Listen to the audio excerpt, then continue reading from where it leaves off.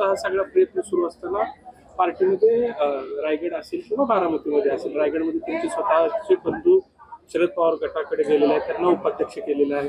तर बारामतीमध्ये अजित पवारांचे पुतणे ते शरद पवार गटाकडे गेलेले आहेत. एकीकडे तुम्ही पार्टी केडर बेस करण्याचा प्रयत्न करत असताना नेते मात्र तुमची साथ सोडून जात आहेत, काय सांगाल? नाही, याच्यात कोणी साथ सोडून गेलेलं नाही. माझे बंधू 2014 सालापासूनच कधी शिवसेनेमध्ये, कधी भारतीय जनता पक्षामध्ये, असे वेगवेगळ्या पक्षामध्ये काम करतात. त्यांनी कुठे काम करावं त्यांचा अधिकार आहे. त्यामुळे ते मला सोडून गेले असं म्हणणं संयुक्ती ठरणार नाही.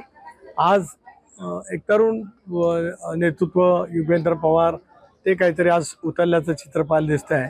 यापूर्वी ते कुठे सक्रिय नव्हते. आमची साथ सोडून कोण कुठे गेलं असं बिलकुल नाही. उलट गेल्या महिनाभरामध्ये महाराष्ट्राच्या कानाकोपऱ्यातून वेगवेगळ्या घटकांचा लक्षणीय राष्ट्रवादी काँग्रेस पक्षामधला प्रवेश पाहता उद्याच्या भवितव्याच्या कालावधीमध्ये आम्ही अधिक मजबूत होणार. सर्वेनुसार 50% जागा ज्या आहेत त्या महाविकास आघाडी जिंकेल असा दावा जो आहे तो शरद पवारांनी केलेला आहे.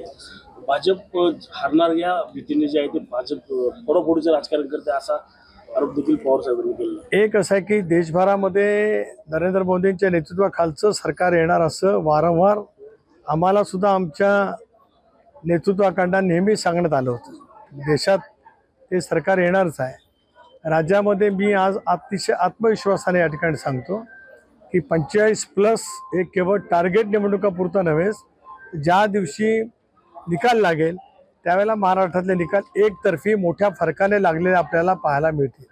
अजित पवारांचा जो वट आहे लोकसभेसाठी केवळ 4 जागा दिल्याची चर्चा आहे, अशी टीका जी आहे रोहित पवारांनी केली. काही वेळा असं आहे, रोहित पवारांना इतकं नैराश्य आलंय कारण त्यांच्या त्या संबंध युवा यात्रेला राहुल गांधींच्या पेक्षा सर्वाधिक प्रचंड प्रतिसाद मिळाल्यामुळे त्यांचा आत्मविश्वास इतका दुणावला गेलेला आहे की आता काही बोलण्यासाठी ते पण प्रसिद्ध झालेत.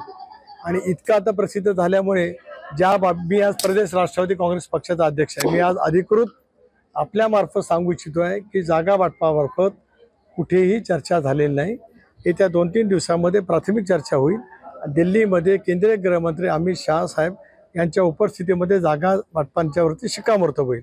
आम्हाला किती जागा मिळतात त्यापेक्षा तिथून महाविकास आघाडीमध्ये किती जागा लढवल्या जातात आणि किती ठिकाणी उमेदवार निवडून येतात ते पहिल्यांदा तथाकथित युवा नेतृत्वाने पहिलं पाहावं आणि मग आम्हाला त्यांनी सांगण्याचा प्रयत्न करावा. पण आपण किती जागासाठी आग्रही असणार नाही, आज कसं आहे, आम्ही प्राथमिक चर्चा पक्षामध्ये कदाचित उद्या परवापासून करू. पक्षाचे कोर ग्रुप आहे त्याच्यामध्ये आम्ही सगळेजण बसू आणि विशेष करून लढणाऱ्या जागा आज आमचं उद्दिष्ट आहे की निवडून येण्याचा कल लक्षामध्ये घेणं हा एक भाग आहेच.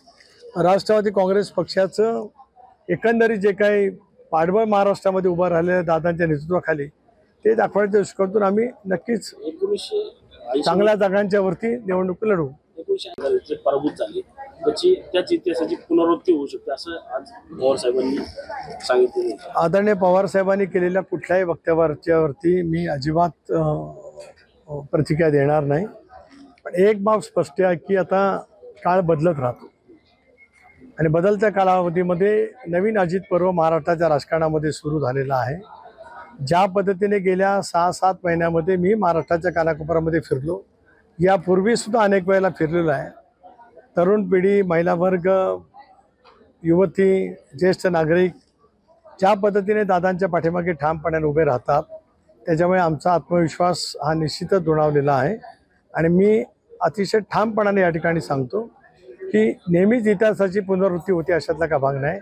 काही वेळेला नवीन इतिहास घडत असतो. तो नवीन इतिहास घडवण्याचं सामर्थ्य अजितदादांच्या नेतृत्वाखाली राष्ट्रवादी काँग्रेस पक्ष, ज्या पक्षाला अधिकृत चिन्ह, झेंडा, पक्ष म्हणून मान्यता ही निवडणूक आयोगाने आणि विधानसभा अध्यक्षाने दिले आणि ज्या बाबतीमध्ये स्थगिती द्यावी असे सुप्रीम कोर्टामध्ये जी याचिका दाखल झाली होती त्या विषयाची अजिबात दखलसुद्धा सुप्रीम कोर्टाने घेतलेली नाही. त्यामुळे आम्ही घेतलेल्या निर्णयाशी ठाम आहोत आणि घेतलेल्या निर्णयाचं समर्थन मिळवत लोकसभेमध्ये अतिशय लक्षणीय यश त्या ठिकाणी मिळवू. मावळ लोकसभेवर तुमची अपेक्षा आहे का? स्वाभाविक आज या मेळाव्याच्या निमित्ताने इथं आलो असताना पक्षाचे माझे अध्यक्ष अजित गव्हाणे आणि काही सहकाऱ्यांनी मावळ मतदारसंघामध्ये राष्ट्रवादी काँग्रेस पक्षाला उमेदवारी मिळावी असा त्यांनी आग्रह धरला. त्याची आम्ही नोंद घेतली. ज्यावेळेला जागा वाटपाच्या होतीमध्ये बसू, मी त्याच्यामध्ये असेन प्रदेशाध्यक्ष म्हणून, त्यावेळेला आमची भावना, कार्यकर्त्यांची भावना त्या ठिकाणी बोलू. निवडणुका डोळ्यासमोर जे आहे ते ठेवून काल अधिवेशन घेतलं, मात्र मोटरसायकल दिली, पेट्रोल काढून घेतलं, असं जरांगेंनी जे आहे ती टीका सरकारवर केली. एक असं आहे की सकल मराठा समाजाला आरक्षण देण्याची मागणी गेली अनेक वर्ष राज्यभरामध्ये होत आली. लोकशाही आघाडीचं सरकार असताना ज्या सरकारमध्ये मी पण मंत्री होतो त्यावेळेला आम्ही आरक्षण दिलं, परंतु ते आरक्षण हायकोर्टामध्ये टिकू शकलं नाही. देवेंद्रजींच्या नेतृत्वाखालचं सरकार असताना त्याने आरक्षण दिलं, परंतु ते उच्च न्यायालयामध्ये टिकलं नाही. आणि कायद्याच्या कसोटीवरती आरक्षण न टिकण्याच्या पाठीमागची जी कारण मीमांसा सर्वोच्च न्यायालयाने केली होती, मागासवर्गीय आयोगाचा शिफारस सर्वोच्च न्यायालयाने पूर्णपणाने फेटाळली होती.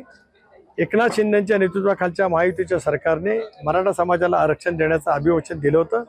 मला असं वाटतं की महाराष्ट्राच्या इतिहासातला कालचा ऐतिहासिक क्षण होता. ओबीसीच्या आरक्षणाला धक्का न लावता मराठा समाजाला आरक्षण देण्याचा कायद्याच्या कसोटीवरचा निर्णय त्या ठिकाणी घेतला गेलेला आहे. जरांगे काही बोलू शकतात, कारण ते एक चळवळ उभी केलेली आहे, त्यांनी ते त्यांच्या भावना व्यक्त करू शकतात. परंतु एक बाब नक्की आहे की गेल्या अनेक वर्षाच्या प्रतीक्षेच्या नंतर मी वारंवार या ठिकाणी सांगतोय की ओबीसीच्या आरक्षणाला जराही न धक्का लागता सर्वोच्च न्यायालयाने आणि उच्च न्यायालयाने काढलेल्या त्रुटीचं पूर्णपणाचा निस्तार करत हा कायदा काल पारित झालेला असल्यामुळे हे टिकणारं आरक्षण दिलं गेलेलं आहे.